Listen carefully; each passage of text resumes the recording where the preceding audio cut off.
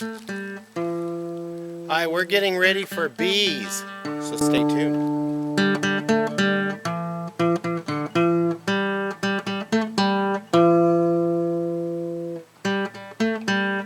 Hi, welcome back to Pine Meadows Hobby Farm. I'm your host, Jerry Hansen. I am really excited. We are getting ready to receive a new colony of bees. So I'm getting ready to set the beehives up. I'm going to set them up right here in the midst of these trees. It's near a water source, and there's plenty of food as they come out from the hive and go out and forage.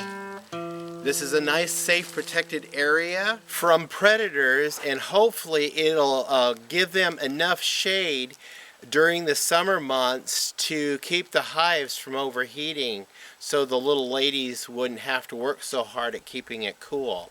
But I also want a location to be able to have close proximity to where I can get to them, and also far enough away that they're not disturbed too much.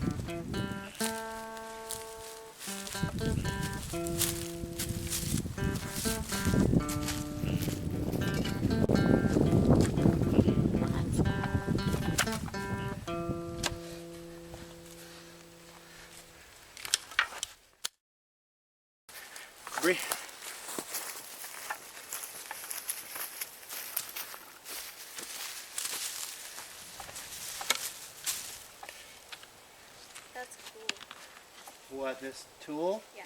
It's called a post hole digger. A what? Post hole digger. Oh.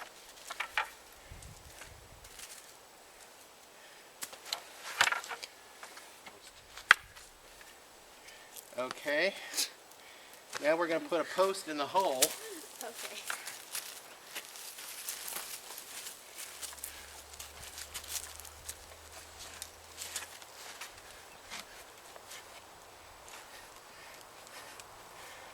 Okay. Okay. Now we get it bubble.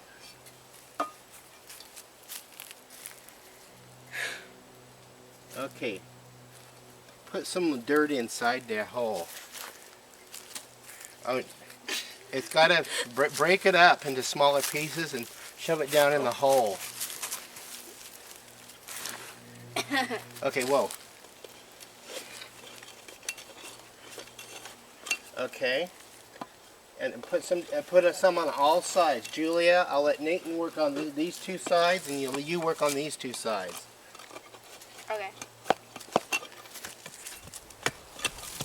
We're planting a beehive. We're going to grow beehives in the garden. Step it in and press it in really good.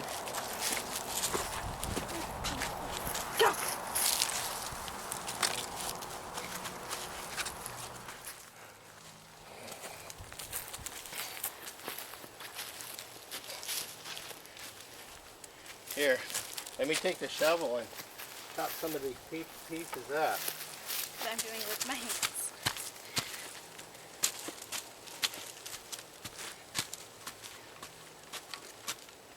Okay.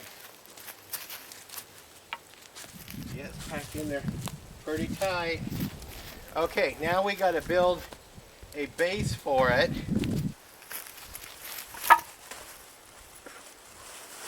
Where do you want me to put this? Oh, we're going to be putting it on here in a minute. So, should I set it down? Yeah.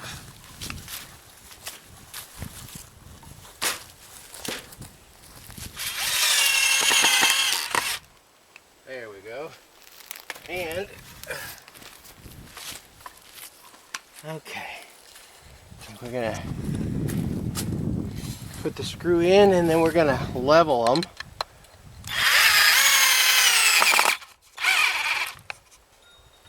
Okay. You gotta hand me my level right there, and then you want to pick up the rest of those screws.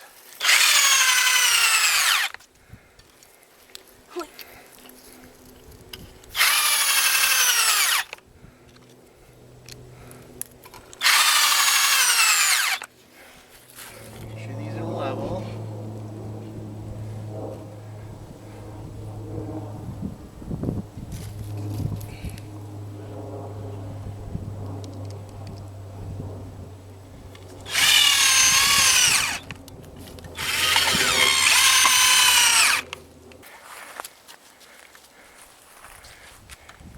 And make sure it's centered all the way around. There you go.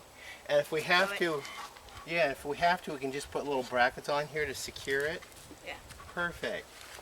Nate, you want to go ahead and get a deep and put the deep on there, and go ahead and center that on top of here, and then we'll fill it with frames later. Okay, and then perfect. You guys want to go get the frames out of that other box? We're just going to start with one box because we're expecting bees tomorrow, and we'll just fill the bees up in here, and we'll start with those frames, but we'll have them in other frames. So just go ahead and put 2 on that side, and Nate, I'll let you put your 2 on this side.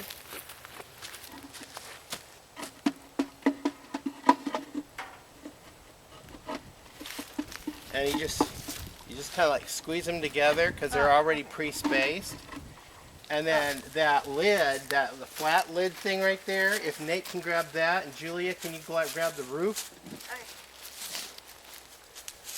Now that goes over the top here. Yep, that side down. This right there? Yep. And we set that right over the top there, and then that roof Oh, it's goes. heavy. It is. Nathan, help me. Okay, I'll let you guys put that roof on. Just like this.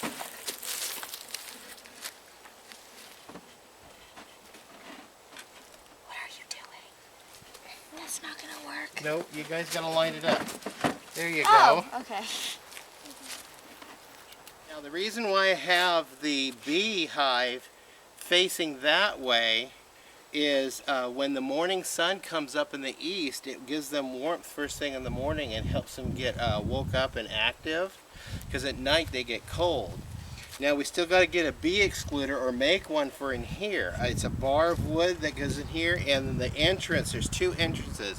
One is the size of the width of 1 finger, and when you put new bees in a hive, you only want a small opening there so they can get acclimated to their new house, and they can defend it a lot better from predators that come in through that little opening. And then as the season gets warmer, you can open it up a little bit more to a size that's 3 fingers in width, and it's called a hive excluder, and it's just a piece of wood that goes right in here. So we can actually go make a hive excluder. We'll measure it. It is, this one is 14 5/8. And it's going to be on a piece of wood that is basically a 1/2 inch by a 1/2 inch. 14 5/8 by a 1/2 inch and a 1/2 inch. And the reason why I have it so high is because bees' predators are a bear or a skunk. A skunk will come in, and if the hive was really low, the skunk would come in and eat the bees. It'd tap on the side right here, and the bees would come out to find out what's going on, and it'll eat the bees. Yes, that's what skunks do. And with the, this is too high for a skunk to reach, but otherwise... But what about a bear? You can have your hive, well, bear we'll get to in a minute, but another hive, you can have it this high, which causes the skunk to have to stand up on its hind legs and get up, and it exposes its belly. That way the bees can go down and sting the skunk on the belly and defend their hive. But with the skunk down low enough, the bee, if the hive was too close to the ground, then the bees would try to sting the skunk through its thick fur and couldn't sting it. So the skunk can get a meal and completely cause radical decimation of your beehive. A bear. A good deterrent for a bear is a good bear dog, a 30-06, or electric wire. I have electric wiring, so we're going to put a fence around this, and it will be electrified, and the bear will lose interest quickly in attacking my hive if it was trying to get to the bees. Now, the reason why I only have one deep on here is to get the hive started and get them acclimated. Once the queen gets in here and starts filling out, I'll keep an eye on it, and fills out the brood, we'll put another deep on top of it, and that will be their food store, and then they can make honey, and she can make babies, and then we'll put later on we'll put a queen excluder on top of that and put a shallow, like that shallow hive over there. Yeah. That will go on top, and that will be honey that we will harvest. But this comes with two deeps. There's that other deep that's over there, and that will be only for the bees. You don't want to take all the bee food, so they'll be able to have something to eat through the winter. So you got to put a small one, and the reason why I have small, shallow hives on top, because as tall as this is, I might have to build a step out here to get up higher, because I'll have to lift that off to harvest the honey. And then once that's loaded with honey, it's going to be really heavy. So that's why it's smaller. So do you guys have any questions? No. No questions about beekeeping? You have to wear a suit. Depending on the kind of bees you get, there's basically 4 breed of bees, and there's approximately 4 hybrid bees. You know what hybrid means? Yeah. What does it mean? There's 2 different species that are bred. 2 different one. species that are bred to one. That is correct, to get the traits that a particular farmer wants out of his bees. We've got Russian bees, which are more preferable for me if I can get Russian bees, because they're better for this climate. They're more docile, where you can walk up and tend your hive without gloves, without clothes or anything, and they won't bother you. Without clothes? Yeah, you can do it without clothes. You kids take things so literal. I think that would be a very ugly thing for me to come out and tend my bees without clothes on. Well, that's what you said. I know. You're without masks. It's like, gloves yeah, what is it called? The King's New Clothes? You ever read the story, The King's New Clothes? No. Oh, I'll tell you the story sometime. So this is the first setup of the bees out of 4 I'm going to set up, because I don't want to go any more than 4 hives for Pine Meadows Hobby Farm. I have enough hives for enough boxes for 3 sets. So I've got these 2 set. I'm going to build a platform behind them, so it gives me up a little bit more elevation to be able to tend the hives, and they're at the height I'm comfortable with, and I could always trim the posts down to bring them lower to the ground. So so far so good. So I have another beehive set to put in, work on that probably tomorrow.